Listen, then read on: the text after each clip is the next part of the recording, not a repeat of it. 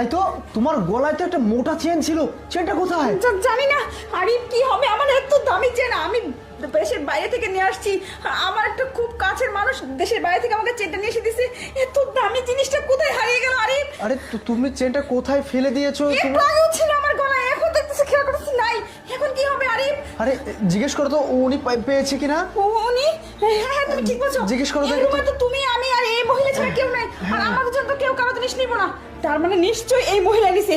এই জানটি, সত্যি করে বলুন তো, আপনি কি আমার গলার চেনটা নিছেন? তুমি এটা কি বলতেছো মা? আমি তোমার গলার চেন কেন নিব আর কিভাবে নিব? আমি তো দেখতে পাচ্ছ আমি অনেক অসুস্থ, আমি তো দাঁড়াইতেই পারি না। না না, আসলে ব্যাপারটা কি, প্রিয়ার গলায় একটা মোটা চেন ছিল, মোটা স্বর্ণের, অনেক টাকা দাম। হয়তোবা খুলতে লেগে রুমে পড়ে গিয়েছিল, আপনি দেখেছেন, তুলে নিয়েছেন, এমনটা তো হতে পারে। মানে পেয়েছেন কিনা? না না, আমি দেখেও নাই আর এটা আমি জানিও না।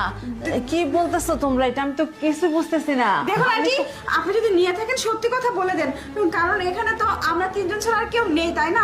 পেলে তো তিনজনের মধ্যে যে কোনো একজনই পাবো। আমিও পাইনি, আমার স্বামীও পাইনি, তার মানে বাকি থাকেন আপনি। আপনি নিশ্চয়ই নিয়েছেন আন্টি। আর এই বাড়িটা তো আপনারই, তাই না? আমরা জাস্ট আসছিলাম অফিসের একটা কাজে।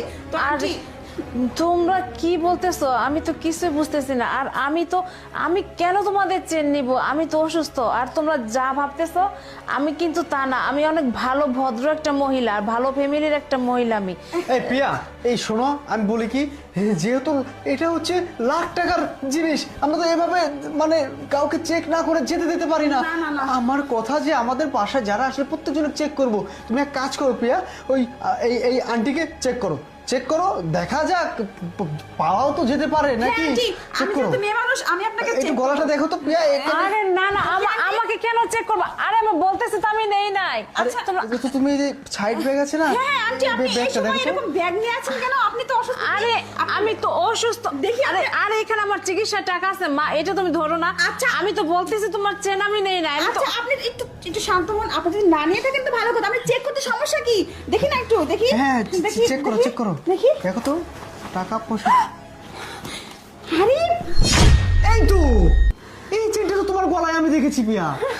কি আন্টি, এখন কি মিথ্যে কথা বলবেন যে আপনি চেন নেননি? ছি আন্টি, আপনাকে দেখে এত ভদ্র মনে হয়। আপনি এত বড় ঘরের একজন বউ, অথচ